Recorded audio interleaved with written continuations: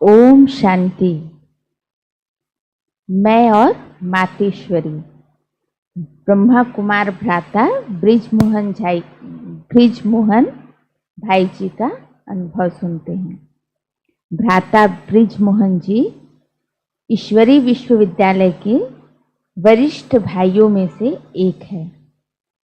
वे वर्तमान समय पांडव भवन दिल्ली में रहते हुए अंग्रेजी मासिक प्यूरिटी के मुख्य संपादक के रूप में सेवारत हैं और राजनीतिज्ञ प्रभाग के अध्यक्ष भी हैं। भ्राता ब्रिजमोहन भाई जी मातेश्वरी जी के साथ का अपना अनुभव इस प्रकार लिखते हैं कि मैं उन सौभाग्यशाली बच्चों में से हूँ जिन्होंने मातेश्वरी जी से साकार में अलौकिक स्नेह और पालना ली। मातेश्वरी जी से मेरी पहली मुलाकात 1955 में हुई थी। तब मैं चार्टर्ड अकाउंटेंट की पढ़ाई पढ़ रहा था और इस ईश्वरी विश्वविद्यालय के दिल्ली कमला नगर सेवा केंद्र पर ईश्वरी ज्ञान योग की शिक्षा प्राप्त करते हुए मुझे कुछ महीने ही हुए थे।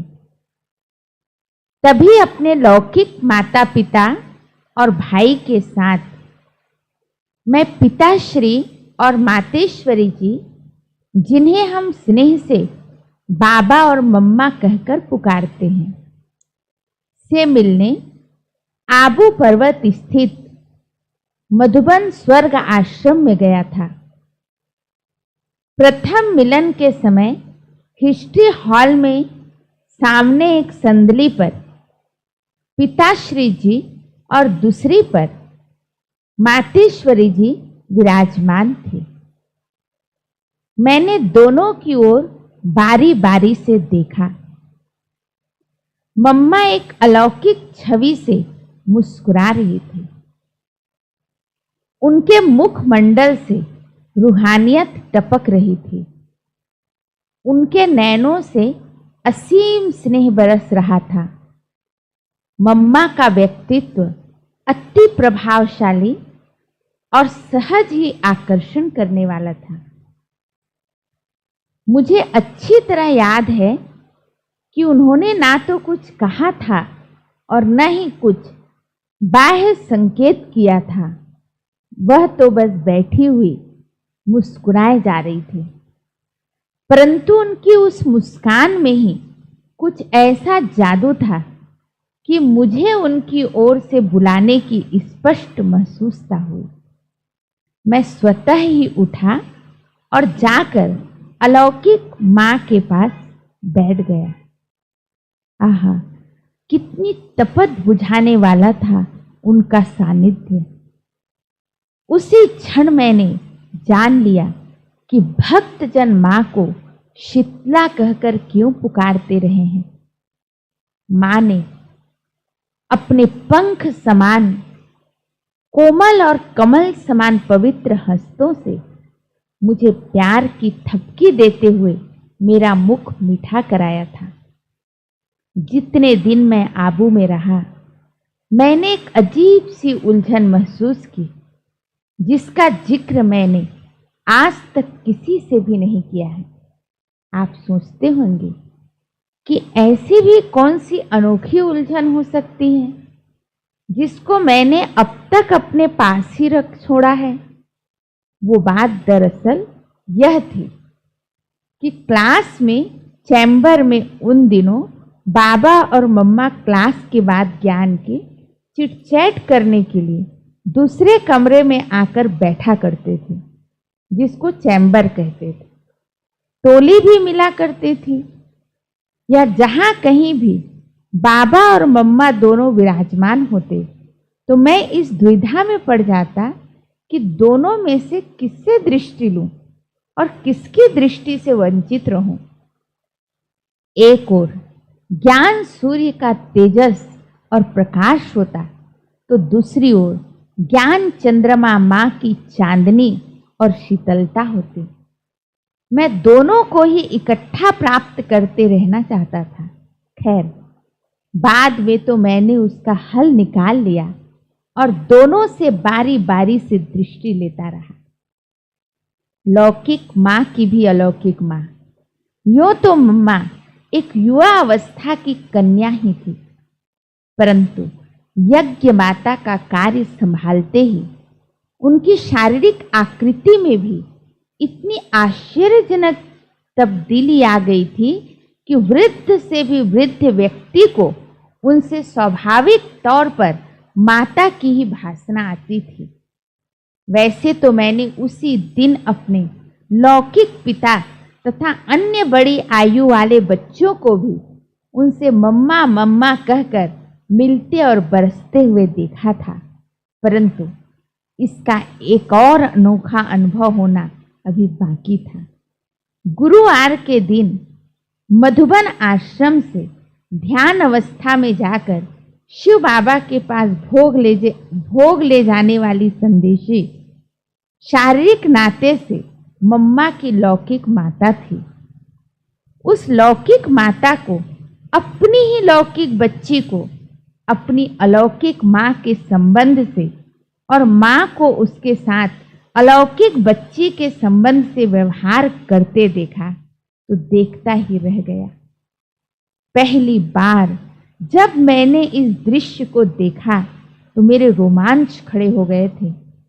मम्मा के सामने उनकी लौकिक माता वृद्धा होने के बावजूद भी सचमुच उनकी बच्ची के समान ही लग रही थी। किस प्रकार संस्कार, स्वभाव और कर्तव्य के बदल जाने से मनुष्य आत्मा का सारा वातावरण तथा उसके सारे संबंध ही बदल जाते हैं। इस सत्यता की छाप मुझ पर उसी घड़ी लग गई।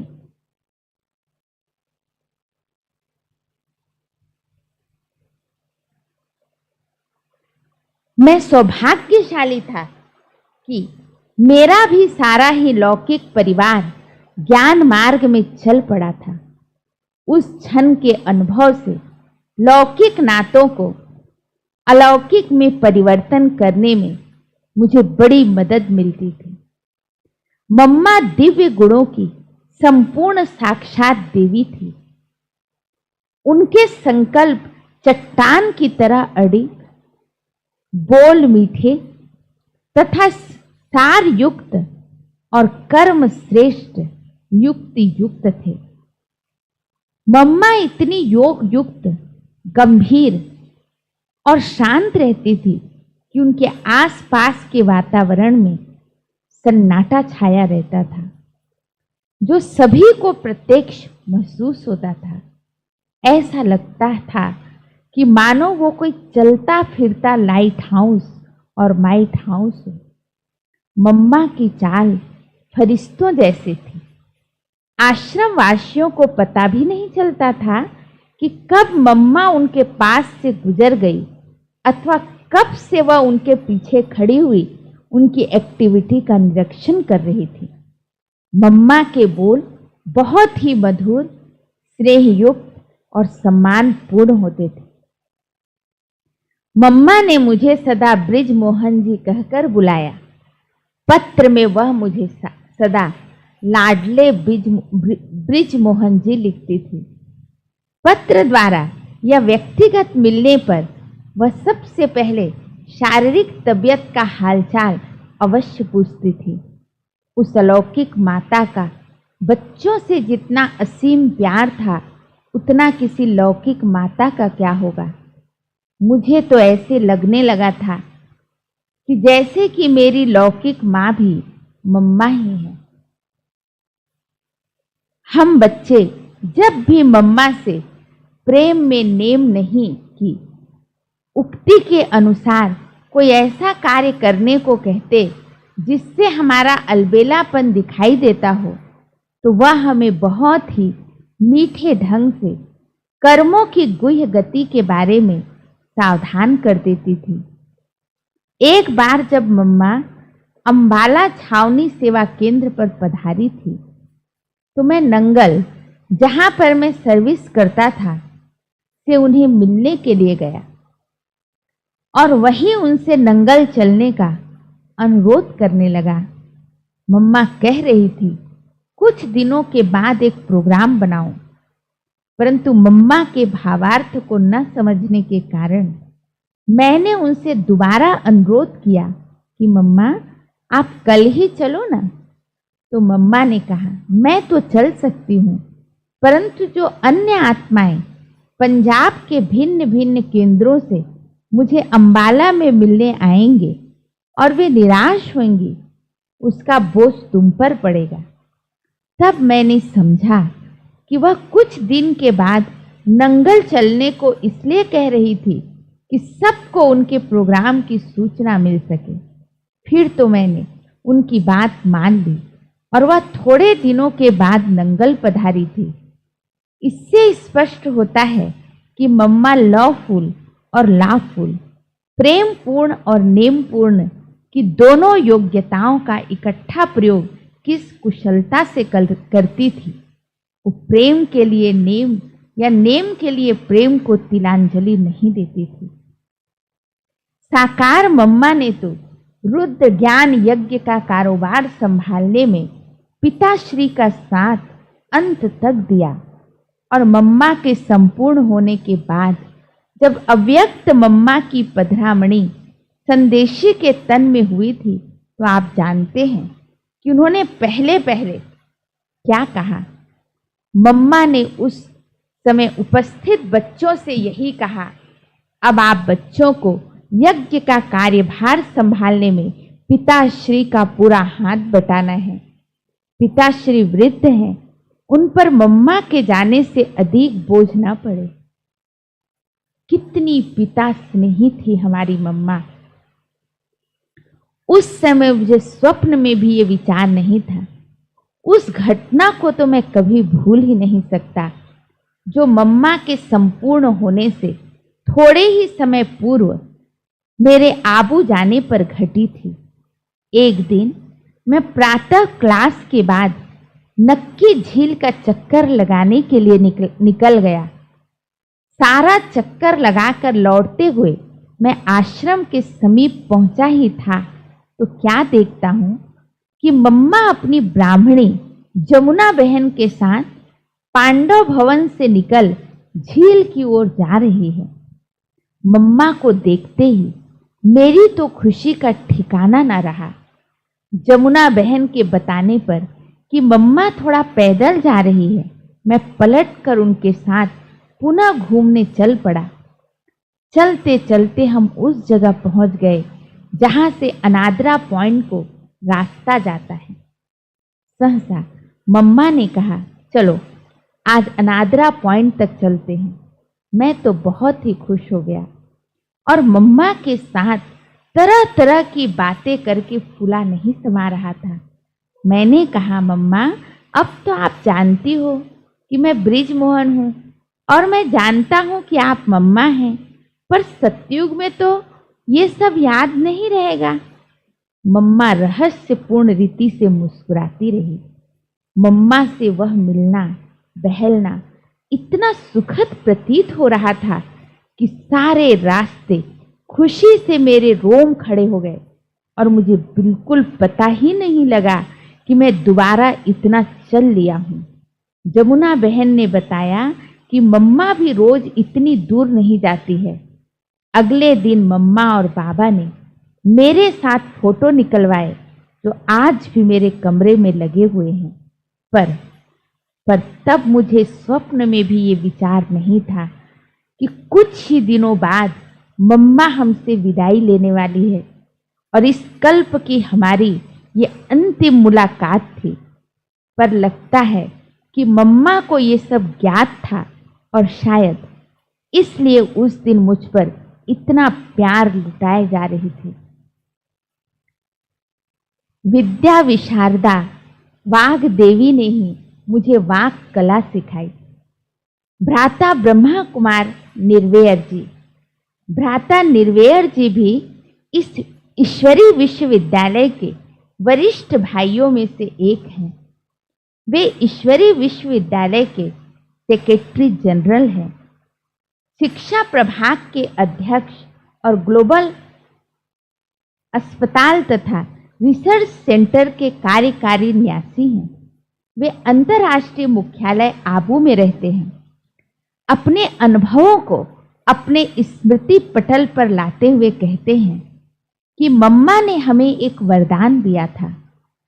किसी की भाषण कला इतनी अच्छी होती है कि लोग कहते हैं इनकी जुबान पर सरस्वती बसी हुई है। उस तरह का वरदान मम्मा से मुझे मिला। मुंबई में एक सर्वधर्म सम्मेलन हो रहा था। हम लोगों को उसका निमंत्रण मिला। मैं उसमें नहीं जाना चाहता था। मम्मा ने कहा, इनको मुझको भेज दो, माना निर्वैर भाई को भेज दो। वह सम्मेलन मुस्लिम नेताओं ने बुलाया था। सर्वधर्म सम्मेलन था, सर्वधर्म सम्मेलन, लेकिन आयोजक मुस्लिम धर्म के थे। तब तक मैं व्यक्तिगत रूप से ईश्वरीय ज्ञान सुनाता और चर्चा करता था, लेकिन सभा में भाषण नहीं किया था। जब मुझे निमंत्रण मिला तो मैंने कहा, मैंने कभी भाषण किया नहीं, तो मैं कैसे जा सकता हूँ उस सम्मेलन में। रात का समय था। ये बात मम्मा के कानों में पड़ी तो मम्मा ने कहा, उसको मेरे पास बुलाओ, मैं अभी उसको भाषण करना सिखा देती हूँ। मैं मम्मा के पास जाकर बैठा और मम्मा ने अपना हाथ मेरी पीठ पर रखा और धीरे धीरे मुझे भाषण करना सिखाया। सम्मेलन का विषय था विश्व शांति। 4 मिनट तक मम्मा ने मुझे विश्व शांति क्या है, उसकी आवश्यकता क्यों है, विश्व में शांति कब थी और विश्व शांति का स्थापना करता कौन है, ये सब बातें बताई। जब मैंने जाकर भाषण किया तो 40 मिनट के उस भाषण को लोग एकाग्रचित होकर सुनते रहे। लोगों को सबसे ज्यादा आकर्षण हमारा ही भाषण लगा था। हमने कल्प वृक्ष, सीढ़ी और सृष्टि चक्र के चित्रों को दिखाकर भाषण किया था, तो लोगों ने उन चित्रों की भी बहुत मांग की थी। इस प्रकार खुद वाग देवी सरस्वती माँ ने मुझे वाक कला सिखाई। ये हमारे जीवन का बहुत विशेष और स्मरणीय प्रसंग है।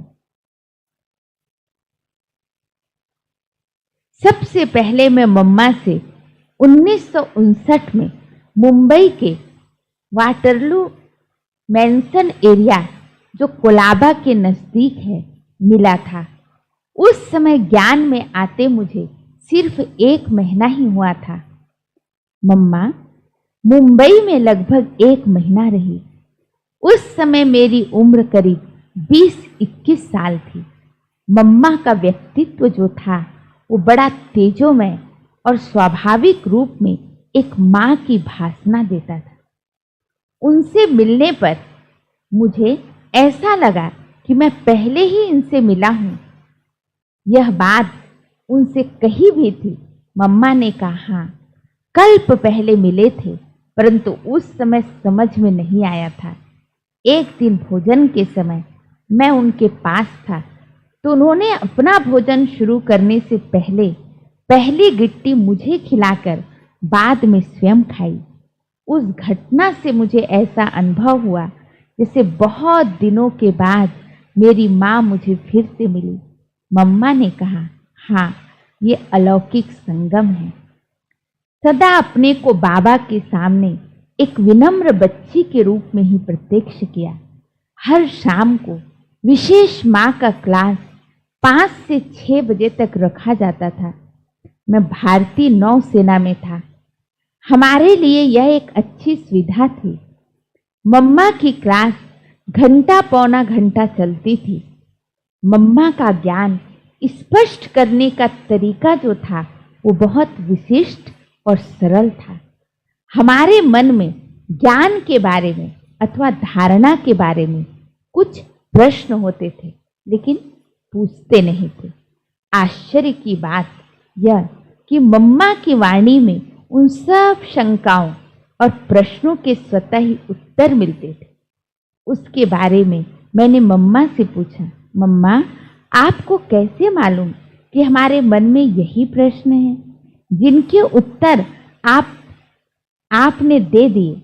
मम्मा ने कहा, ऐसी बात तो नहीं, मैं बाबा को याद करती हूँ।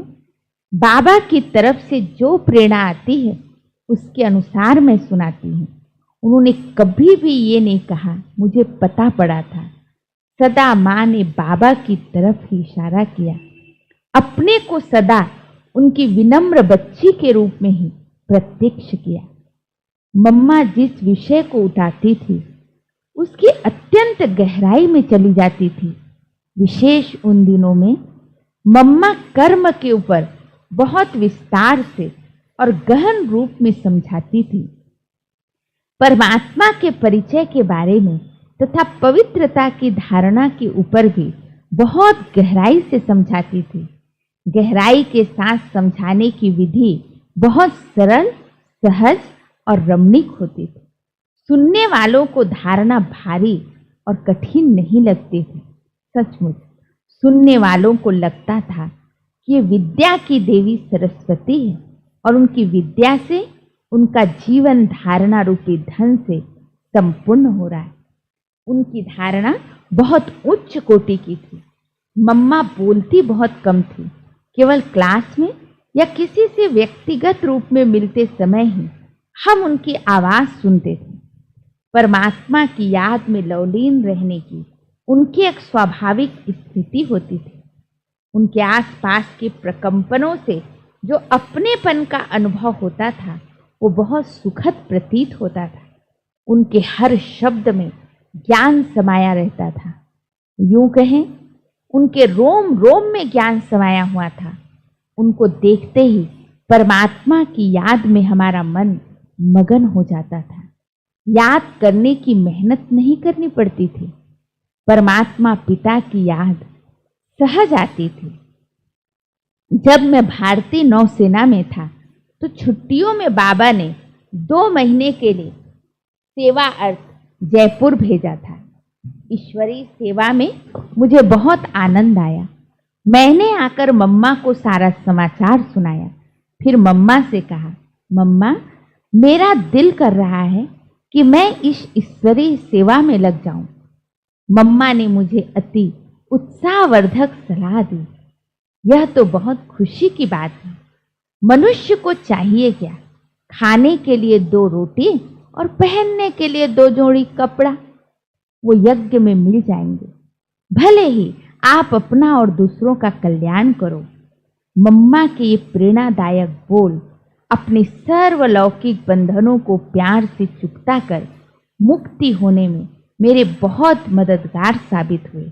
मम्मा के साथ की वो बैठक, वो रूहान मेरे जीवन के लिए एक अमूल्य निधि है। मुझे बहुत गर्व है कि ईश्वरीय सेवा में पूर्ण रूपेण समर्पित होने के लिए मेरी प्रेरक और सहायक शक्ति मम्मा ही थी। मुंबई में मम्मा 2-3 बार आई।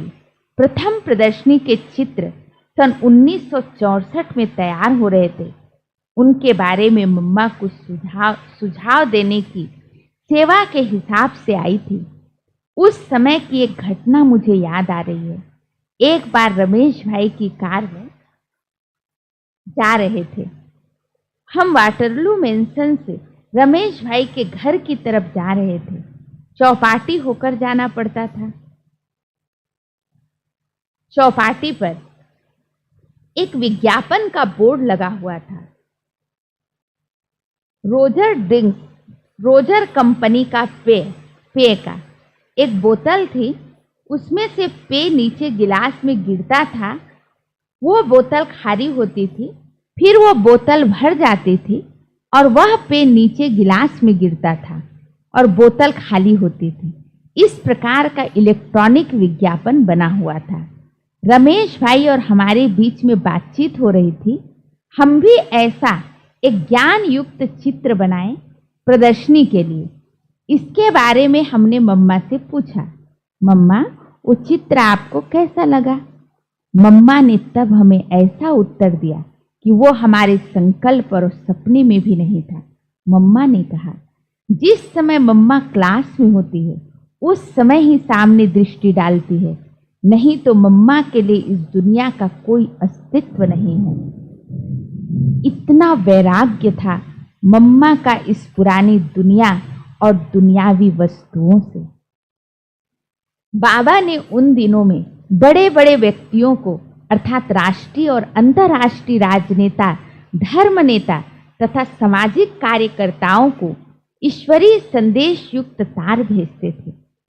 उन तारों टेलीग्रामों की विषय वस्तु तैयार कर बाबा मम्मा को दिखाते थे कि वे उसको देखें और अगर उसमें कोई कमी व परिवर्तन की आवश्यकता है तो पूरा करे अथवा कराए। उस समय मम्मा मुंबई में थी, उनके साथ विश्व किशोर भाऊ भी थे। उन्हीं दिनों में यह समाचार आया था कि 6वें पोप पाल भारत में आने वाले हैं। उनको ईश्वरीय निमंत्रण का एक तार भेजना था। तार का संदेश बाबा ने मम्मा की स्वीकृति के लिए मुंबई भेजा था। मम्मा, भाऊ, रमेश भाई और मैंने मिलकर उस निमंत्रण को अंतिम रूप दिया। उस दिन रात 12 बजे पोप को टेलीग्राम भेजा। उसमें संदेश था, आपका भारत में आने के लिए हार्दिक स्वागत है। यह भारत परम पिता, परम शिक्षक और परम सद्गुरु की अवतरण भूमि है, जहां पर आकर आप ईश्वरीय संदेश लेकर अपने जीवन को इतना श्रेष्ठ बना सकते हैं कि मुक्ति और जीवन मुक्ति प्राप्त कर सकते हैं। आपकी इस सेवा के लिए ब्रह्मा कुमारी बहनें भाई उपस्थित हैं। इस टेलीग्राम के फलस्वरूप जगदीश भाई और रमेश भाई के परिश्रम पर पोप के साथ मुलाकात की अनुमति मिली थी। दादी जी, दादी निर्मल शांता जी, पोप के साथ मुलाकात की अनुमति। दादी जी, दादी निर्मल शांता जी, शील दादी, रमेश भाई, जगदीश भाई आदि पोल पाप 6वें से मिलने गए थे। उस समय उनको और उनके साथ के कई बिशपों को त्रिमूर्ति, गोला, कल्प वृक्ष आदि चित्रों को विशेष रूप से सजाकर सौगात के रूप में दिया गया था। उन दिनों मैं मम्मा मुरली को भी चेक करती थी। गणमान्य व्यक्तियों को पत्र अथवा तार आदि भेजना होता था तो विषय वस्तु को मम्मा की अंतिम रूप देती थी। इस तरह से उस समय मम्मा का विशेष पाठ रहा। सभी में उत्साह भरने का, मनोबल बढ़ाने का और आगे चलाने का कार्य भी मम्मा करती थी। मम्मा में संगठन करने की शक्ति बहुत श्रेष्ठ और जबरदस्त थी। सबको साथ लेकर चलने की कुशल कला थी। उनमें व्यक्तिगत धारणाएं थी। उदाहरणार्थ, बाबा ने कहा और मम्मा ने धारण किया, इसमें नंबर 1 थी। सहज रूप से माँ के जो संस्कार होते हैं उनके अंदर पूर्ण रूपेण थे। समर्पित होने का उनका वह तरीका जिसको झाटकू कहते हैं, कई भाई बहनों के लिए एक आदर्श बना। बहुतों के जीवन उद्धार का प्रेरणा स्रोत बना। सबसे बड़ी बात है कि उनको सबने यज्ञ माता के रूप में स्वीकार कर लिया था। उनको देखते ही हर एक को स्वाभाविक रूप से माँ की भासना आती थी। उन्होंने हरेकों की जरूरतों को बिना मांगे पूरा किया। किसी को कोई वस्तु मांगने का अवसर ही नहीं दिया। कभी किसी ने यह नहीं सोचा कि उनकी उम्र क्या है, मेरी उम्र क्या है। किसी धर्म, जाति, पंथ वाला हो, हरेक ने यही बेहद का अनुभव किया कि यह मेरी माँ है, मेरी हित चिंतक है। उस महान आत्मा में इतनी शक्ति थी। इसलिए ड्रामा कहिए या बाबा कहिए, उनको ही यज्ञ माता, मातेश्वरी, मम्मा बनाया गया। अहो रात्रि साधन नालिन देवी गौरी। मम्मा ने शुरू से अंत तक अपनी साधना में किसी भी प्रकार की ढील नहीं होने दी। रोज 2-2:30 बजे उठकर विशेष शांति में रहने का, बाबा को शक्तिशाली रूप में याद करने का अभ्यास करती थी। उनकी डायरी में ज्ञान के एक एक विषय पर बहुत गहराई की बात लिखी हुई होती थी। उनकी डायरी पढ़ने का सुअवसर मुझे जयपुर में मिला था। एक बहन जो 1 साल मम्मा के साथ थी, उसने मम्मा की डायरी से उन ज्ञान बिंदुओं को अपनी डायरी में लिखा था। वो डायरी हमें पढ़ने के लिए मिली थी। उन ज्ञान बिंदुओं को पढ़कर मुझे लगा कि मम्मा ने ज्ञान का कितना विचार सागर मंथन किया होगा, कितना ज्ञान की गहराई में गई होगी और कितना उनको धारणा करने का अभ्यास किया होगा। विद्या देवी सरस्वती का वर्णन तो कवि विद्वानों ने किया है, लेकिन उस विद्या देवी के रूप और कर्तव्यों को हमने अपनी आंखों से देखा है, उनसे सीखा और उस माँ के बच्चे बने। ये हमारा परम सौभाग्य है। मम्मा बहुत निर्माण थी। मधुबन ब्रह्मा कुमार दादा चंद्रहास जी, इनके बारे में कल सुनेंगे। अच्छा, ओम शांति।